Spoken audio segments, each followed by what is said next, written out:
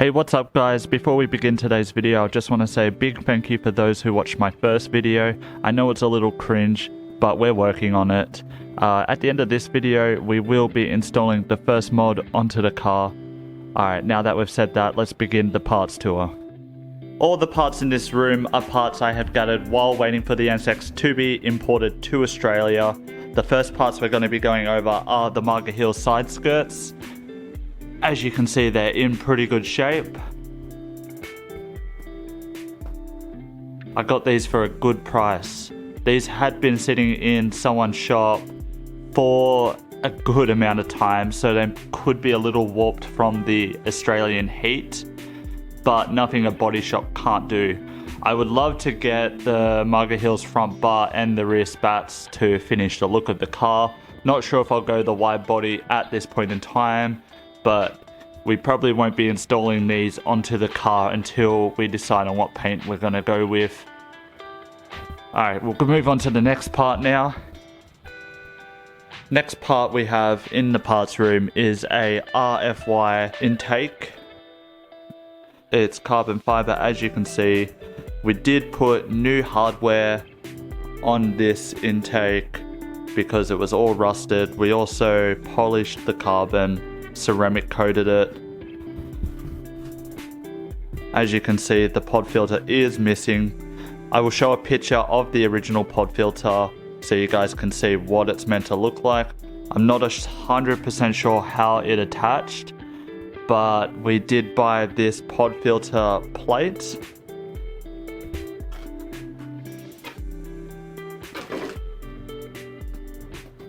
As you can see here, my idea for this is to just drill some holes, put it here like that, and then use this K&N pod filter that we got to just go straight on it like that. I think the original one might have been glued. I'm not really sure. There's not a lot of information on it online, but I definitely don't want to glue this one on. We'll just use a pod filter adapter plate. Before we go on to the next part, I just want to quickly take the time to talk about why these mods aren't on the car just yet.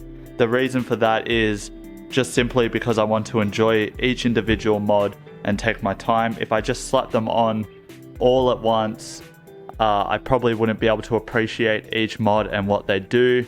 So if I just put one on at a time and take my time, I'll be able to enjoy what that mod has to offer and what's different about it with the stock part. Alright, so the next part we're going to be looking at is this Nsxr Wing that we have. Let's just pick it up and we'll move it onto the ground. It's a bit dusty, as you can see.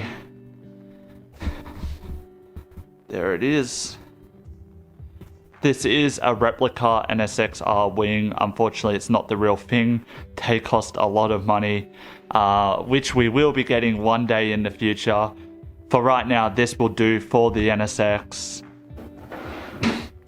It is carbon fiber.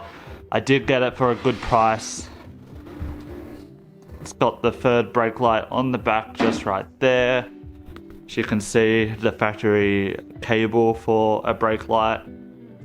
But yeah, it did come up really nice. I did polish this as well and ceramic coat it. Without all this dust on it, it is nice. Can't wait to get this on the car. I think it's one of the coolest things on the Nsx. For the next part, we've got this carbon fiber engine bay cover. So this one has like the mesh, so you'll be able to see the engine through the glass hatch. We did put new hardware on this too, just because the old hardware was all rusted out.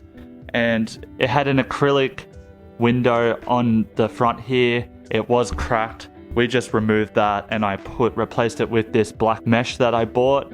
I think the mesh looks a lot better than the acrylic anyway. I'm not sure on the brand of this piece. We'll just move it onto the ground so we can get a better look.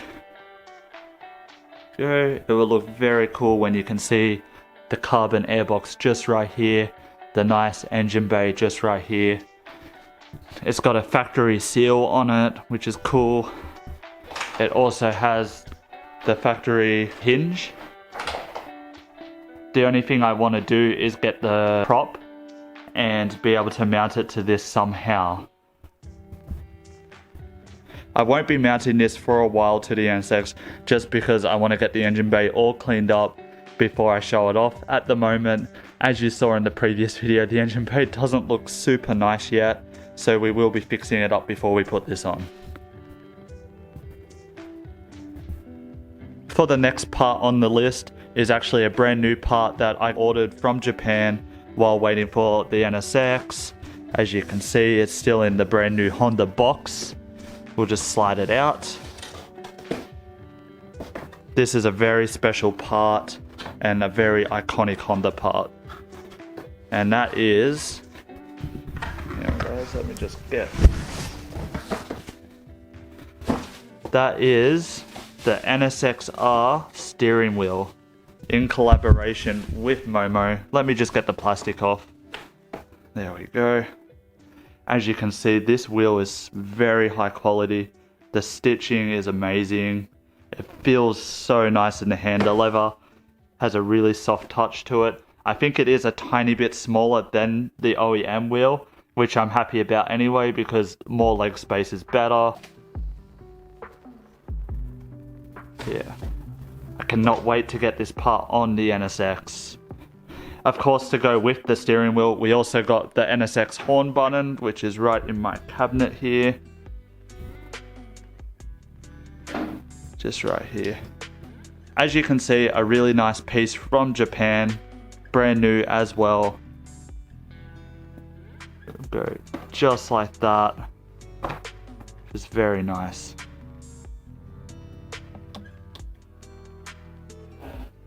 Of course, to go with the steering wheel, we got a short boss kit right here. I'll just quickly show you. And to complement that, of course, we got a Workspell quick release kit, which is just so nice. You can tell Workspell is a quality brand.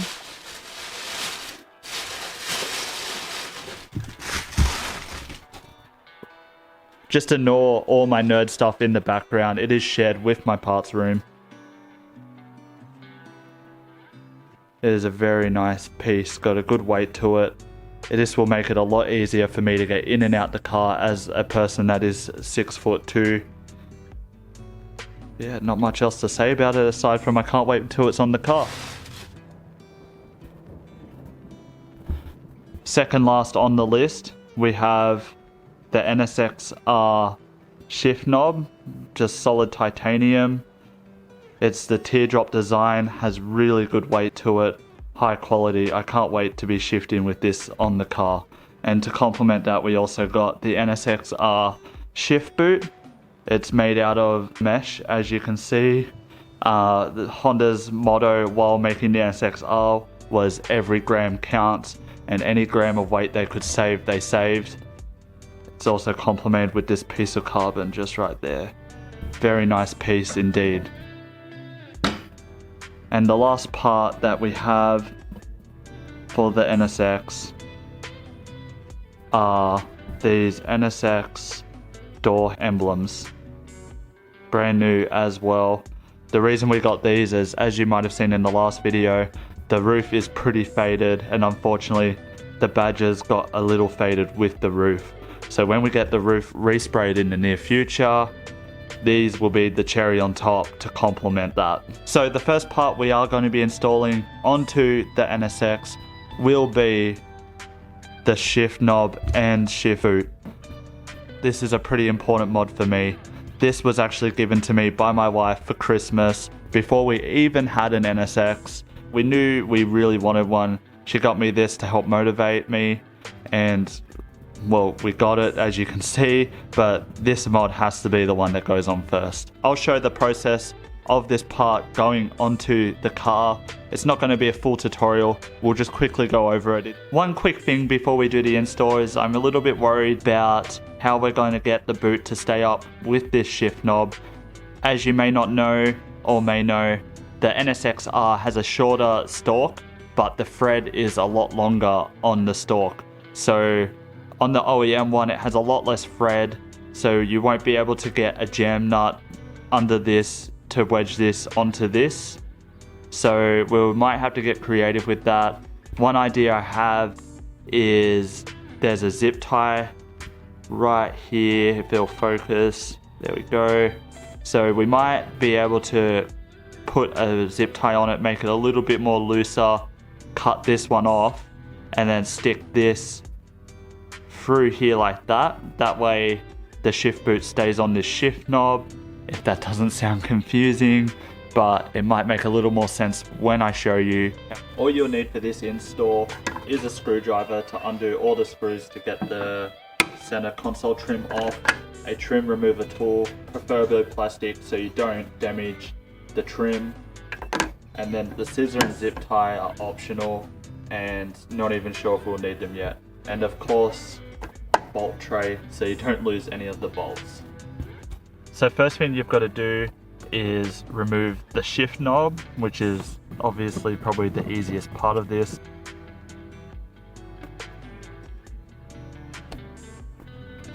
Then we just remove this, get it out of the way. We also have this just hanging here. It came on the car from Japan. It's like a radar and GPS kind of system. I think this is a part of it as well. We want to get rid of this too while we're pulling apart the trim, because obviously I don't really like it hanging here. It looks kind of ugly. Next up, you have to remove the bottom. If you guys didn't know about the false bottom, an easier way to remove it is there's a little like notch just right here. If you just get a small tool like this, which I ended up having to get because I didn't realize how small the notch is for that, you can't use a bigger trim tool.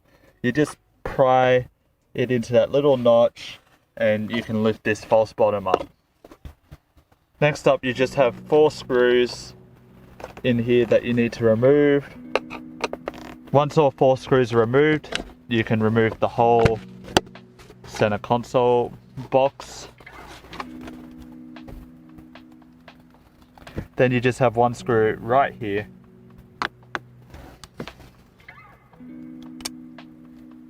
Next up is a kind of hard part. We've got to remove the clock, which should just be held in with 2 tabs.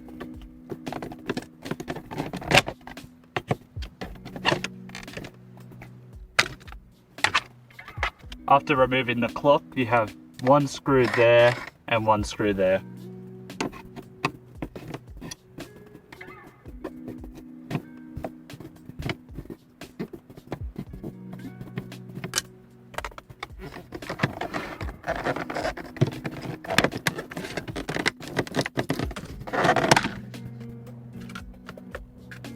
Oh jeez, they've like stuffed these into the lever. Should have glue on there.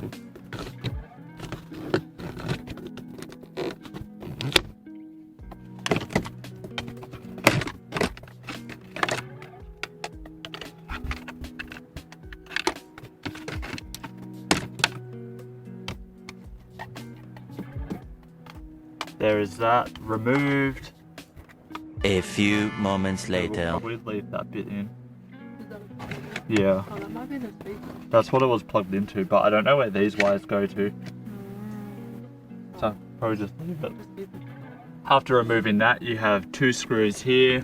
1 there, 1 there. We'll just quickly get those undone. Just 1 final screw left is behind the cigarette tray piece.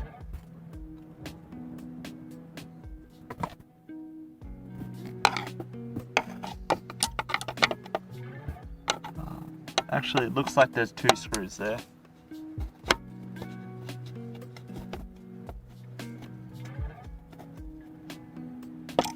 Now that all the screws are out, this should be, in theory, be able to lift straight out.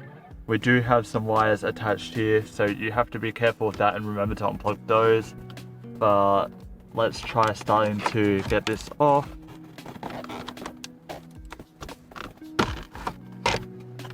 Nice and easy. So we've got some wires under here. just remember to unplug them and plug them back in. So green was for fog lights, blue was for the antenna.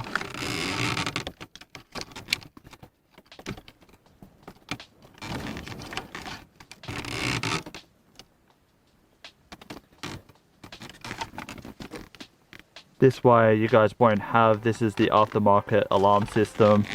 You also have a couple wires behind here for the cigarette lighter and the cigarette tray lights. As you can see, you have all these cables behind here that you need to unplug.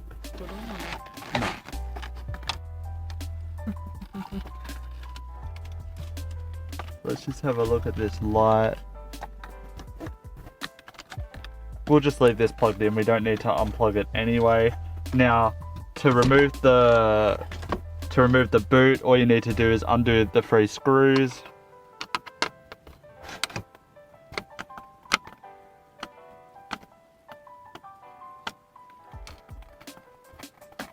Here is the old one, here is the new. Big difference. Now we'll just do everything in the reverse.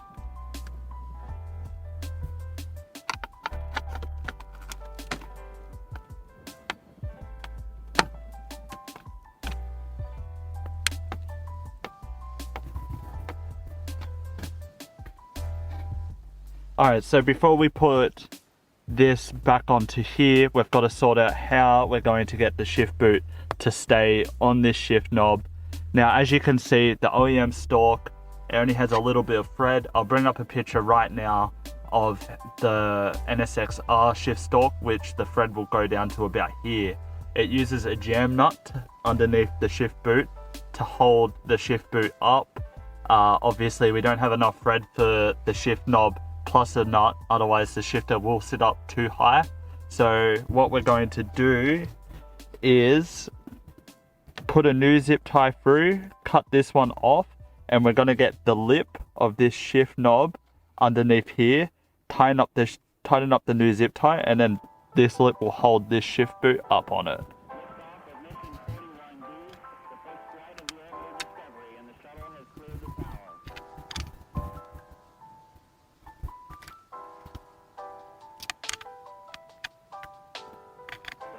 Computers now have primary control of critical vehicle functions.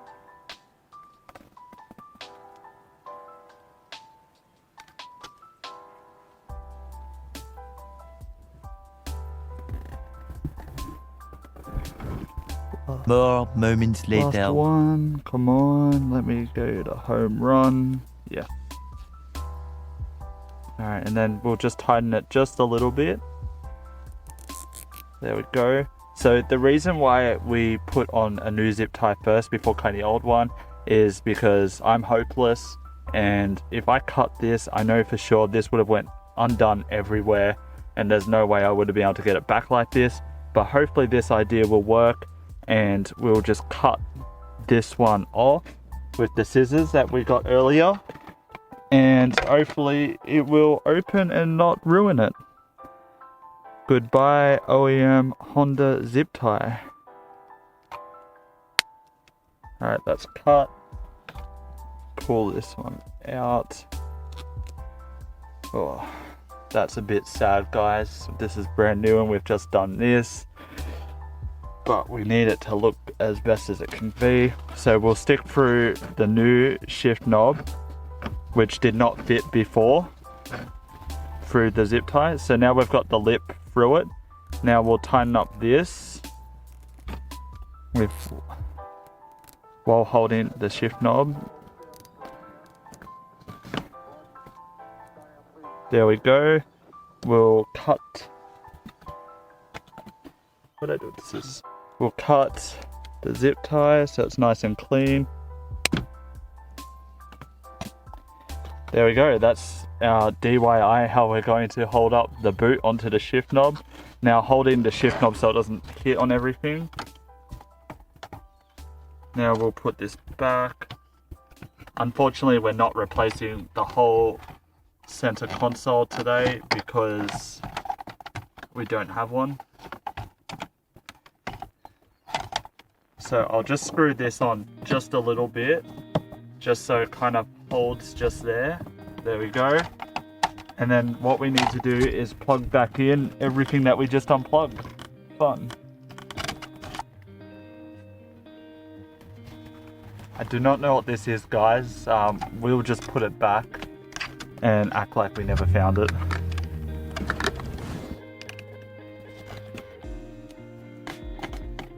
That was all that was unplugged, right? Now that we got all the cables plugged in, we'll just screw this down so this can lower back into place.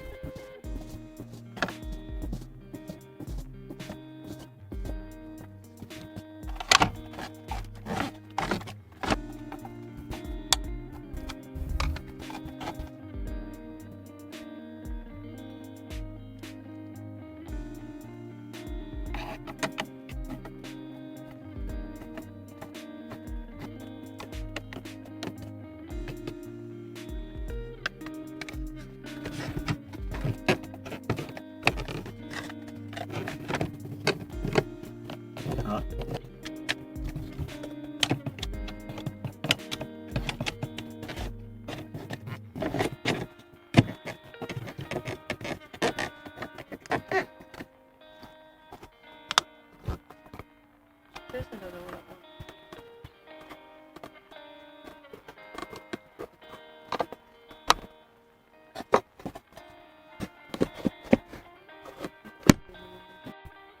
Alright, we are done the install, and as you can see, we have our Nsxr shifter in. It looks so nice and clean. It is sitting up a little bit high, but like we discussed before, it's because this has a lot of thread in it, and it's meant to go on the Nsxr stalk, which it can screw down even lower. We might upgrade to that in the future. Not really sure if we will yet, because a lot of people say they prefer the OEM stalk because the Nsxr one makes it a lot shorter. I guess I'll try and find someone that owns an Nsx in Australia, which is very unlikely, that has the Nsxr stalk, and I'll try out his shifter. If I like it, we'll swap to it, but for now, this looks amazing. Can't forget the cigarette insert. There we go. Perfect. Let's just turn everything on.